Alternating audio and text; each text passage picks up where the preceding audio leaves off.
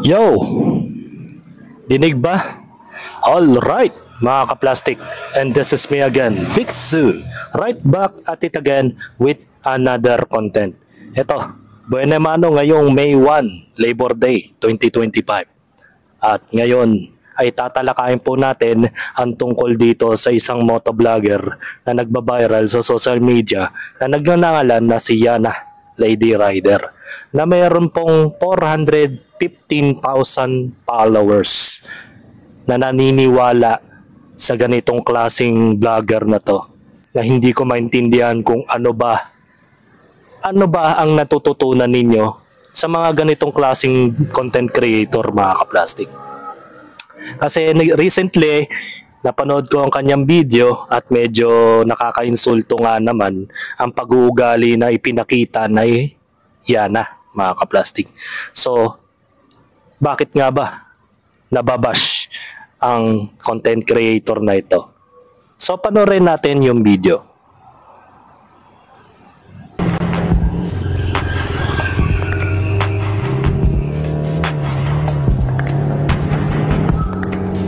Batak, no? Kung mapapansin nyo, mga ka-plastic, sa kanyang video ay makikita mo yung kanyang mataas na CC ng motor ay wala pong side mirror, which is bawal po yun, mga ka-plastic. Isipin mo, kapag wala kang side mirror, may possibility na hindi mo nakikita ang mga nakasunod mong motorista o mga driver. Kahit pa sabihin mo, even na sabihin na natin na nasa lugar ka kung saan hindi naman crowded o hindi naman po siya masyadong dinadaanan ng mga sasakyan, ay hindi pa rin may point of view kung bakit ginawa yung side mirror, mga ka-plastic. Sa una pa lang na video, pinakita pa lang may mali na po agad na ginawa itong si Yana. So, ituloy natin yung video.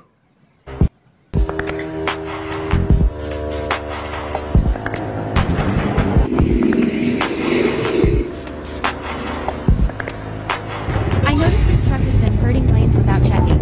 His surroundings. Yan yung pickup, mga ka-plastic. Notice how he doesn't use the freaking side mirror or signal lights like you're supposed to pay for it, like subscription. So, basahin natin yung naka-caption kasi habang ipinapaliwanag po yata ng ibang content creator na nakalagay dito, I noticed this truck has been herding lanes without checking his surroundings like a dumbass. I decided to speed ahead. So parang sinisisi niya po yung pickup truck na hindi daw siya aware sa mga kasunod niya. Kaya ang dinesisyon niya na bilisan ng kanyang pagmomotor para malampasan niya o ma-overtake niya ang pickup truck. So next video. So next caption. His surroundings like a dumbass. I decided to speed ahead. Notice how he doesn't use the Ayan. Sabi naman dito, notice how he doesn't use a freaking side mirror or signal lights like you're supposed to pay for it like subscription. So meaning, aminado naman siya na wala po siyang side mirror, mga ka-plastic. Diba? Makikita nyo naman po dun sa kanyang video. Even yata yung pickup truck parang walang side mirror pero tingnan po natin kung meron o wala. side mirror or signal lights like you're supposed to pay for it, like subscription. Meron naman.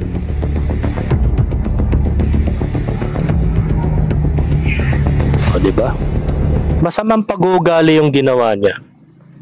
Nag-overtake siya sa rough road and then bigla siyang nag-dirty finger sa pickup truck, which is nang insulto pa siya. Kasi nga, parang nag-aari-arian siya sa kalsada. Which is hindi naman talaga tama yon. Even na kahit saan po nyo gawin yon, mga ka-plastic. So napaka irresponsableng motorista itong babaeng to. Maswerte nga siya at hindi siya naka-encounter ng isang nilalang na katulad ng nangyari dun sa Mambugan, mga kaplastik. What if kung ganun klaseng tao yung nakabangga niya? Mabuti na lang hindi niya naka-encounter yung ganung klaseng tao. Diba? Magkakaroon pa ng pagkakasala yung isang driver nang dahil lang sa maliit na ginawa niya. Hindi na maliit yung kanyang ginawang kasalanan. Malaki. Nag-ari-arian siya sa kalsada, then nag-dirty finger. So, ito yung sumunod na nangyari after niya na insultuhin at i-dirty finger yung driver.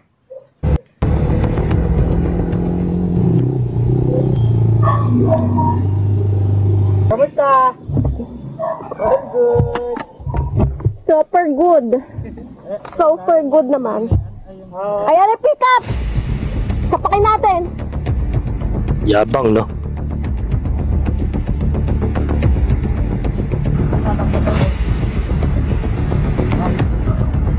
Sorry, ano? Sumamak-sumak. Bakit nga ba? Ha? Bakit nga ba? Bakit nga ba? Bakit nga ba? Alam mo kung lubak-lubak yung daan. You tell me. Bakit nga ba? No, you tell me. You tell me. Huwag kang mamamakyo. Bakit nga ba? You tell me. Nagit-git nyo kasi May side mirror ka, ako wala. Hindi ka gumagamit side mirror mo? Tama. Huwag ka doon na. Ikaw ang wag ganon. You use your side mirror. Because Siya pa yung may gana magsabing use your side mirror, no? Napakakupal na nila lang, no? Siya pa may sabi nun. Siya na nga tong walang side mirror, siya pa yung nagsabi na you should use side mirror. Can you tell me na saan siya daw nagkamali? Diba? Ipinaliwanag ng lalaki, rough road po yung dinadaanan po natin. What if kung bigla kang bumalentong sa harapan niya at nagulungan ka?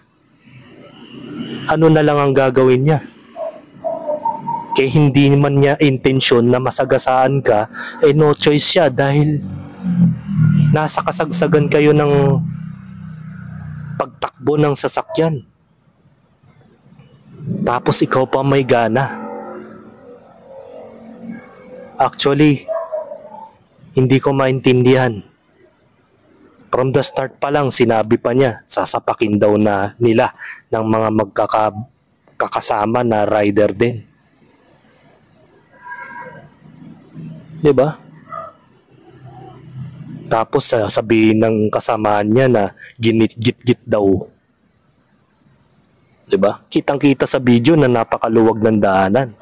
And then siya ang naging aggressive sa puntong yon dahil nag-overtake siya nang walang man lang habas. And then she showed up in the middle finger.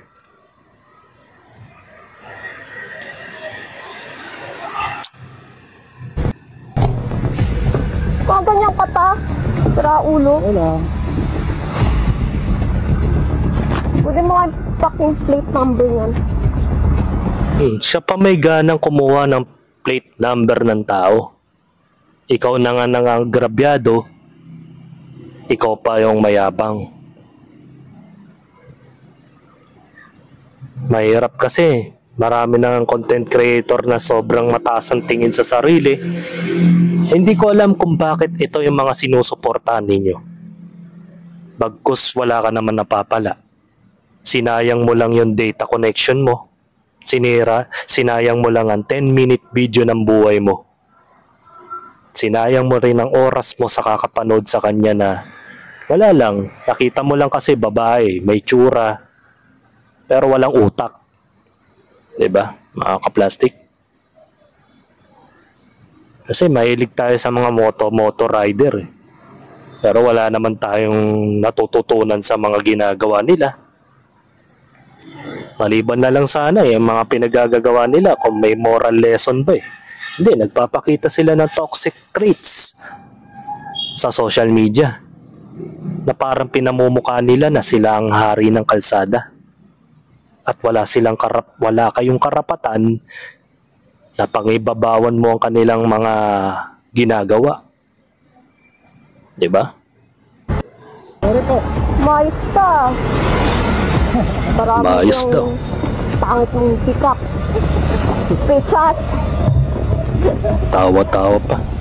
Tangina mo, bababaan mo. Ayun. Sabi dito, meron po kasing bagong labas. Pero hindi po sigurado na dineklara tong si Yana na persona non grata sa province of Zambales, mga kaplastic.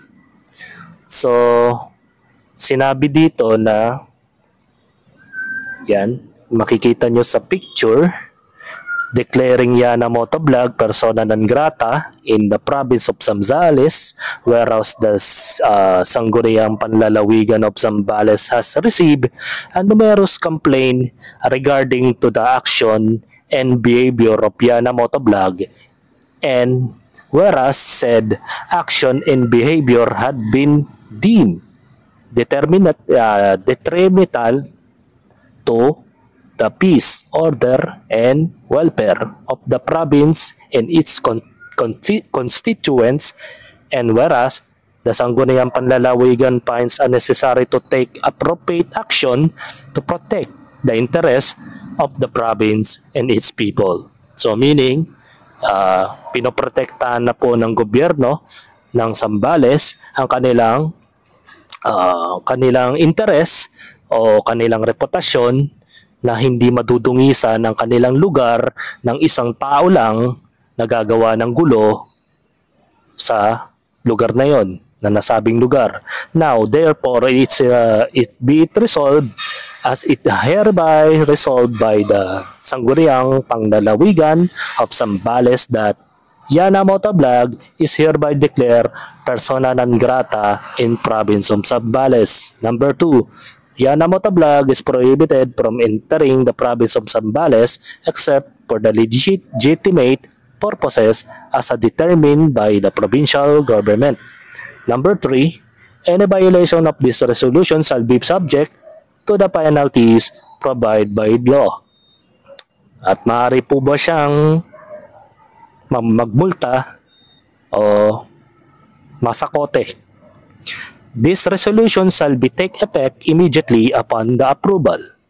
Certification ni Angie Perez hereby certify the foregoing is a true and correct copy of resolution number 2025-1469 adopted by the Sangguniang Panlalawigan of Zambales on May 1, 2025 from Angie Perez, head of Zambales Cooperative. So ito, hindi po malinaw kung sabi nila hindi pa daw ito yung legit na persona non grata na pinail, pero marami rin nagsasabing ganon. Meron nagsasabing persona non grata na si Yana, pero kung si Yana lang naman po yung mapipersona non grata, paano naman po yung mga kasamahan niya na ipinagtanggol ang kamalian ng isang kanilang kasamahan na si Yana, di ba?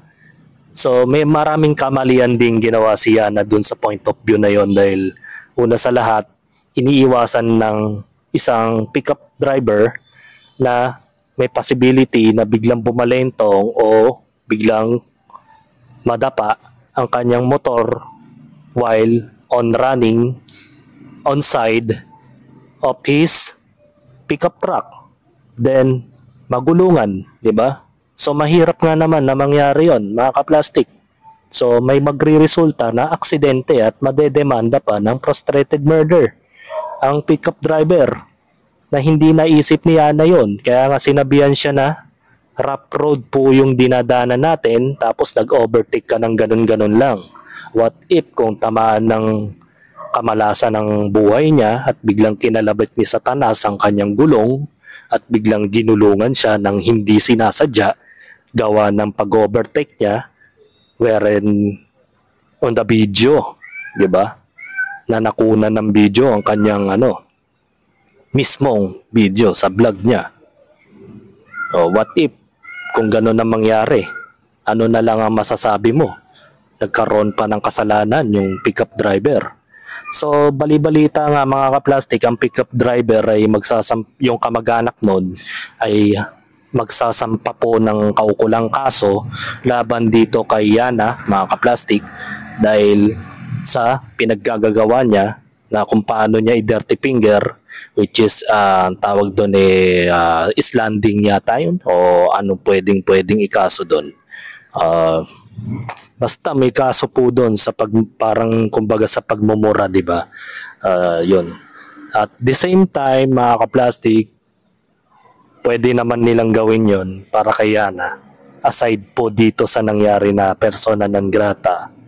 At hanggat maaari, bisitahin nyo po yung Facebook page ni Yana at pindutin nyo po yung 3 button on the right side and then mag-report po kayo na itong Facebook vlogger na bugok na ito ay hindi na dapat po mag-content pa at burahin na po ang kanyang Facebook account para hindi na po siya makagawa ng content at ma-demonetize na to immediately. Para hindi na po magaya po ng ibang mga motovlogger na walang galang sa mga tao sa paligid niya. Which is marami talagang ganyan na motovlogger na talagang pinipilit nila sa sarili nila na sila ang hari ng kalsada. So wag na po sanang mangyari ito sa mga iba pang mga vlogger na kagaya niya na mapababae man yan o lalaki. Sana dumating ang panahon na magkaroon na po ng mga batas sa mga ganitong vlogger na kagaya niya na once na nagsisiga-sigaan sa kalsada ay pwede po talagang makasuhan. Higit sa lahat, walang side mirror ang kanyang motor, which is bawal yun.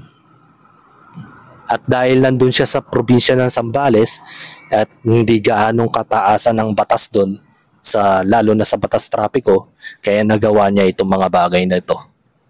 So, sana may update tayo na sana itong taong to ay maubos na yung Facebook page niya, ay ma-report na po. Please paki-report po ang page niya na si Yana Lady Rider na yan na wala namang kwenta yung kanyang mga videos. So, supportahan ninyo yung mga content creator na may laman, yung mayroon kayong matututunan, hindi yung mga sinusuportahan ninyo ay puro katangahan at puro palakihan ng bobs sa social media. So hanggang dito na lang ang aking opinion, and this is me again, Big Sue, lagi nagsasabing ang mga plastic ay matagal mabulok dahil ang mga plastic ay toxic. Kaya what's up mga ka-plastic? And this is Cambid commentary video ng video live stream. Signing out. Alright. Mga ka-plastic, kung nagustuhan nyo ang aking video, i-subscribe nyo lang ang aking channel. At the same time, i-hit nyo rin ang notification bell at yung all para ma-notify kayo sa aking susunod ko pang video sa aking YouTube channel. Maraming salamat po mga ka-plastic.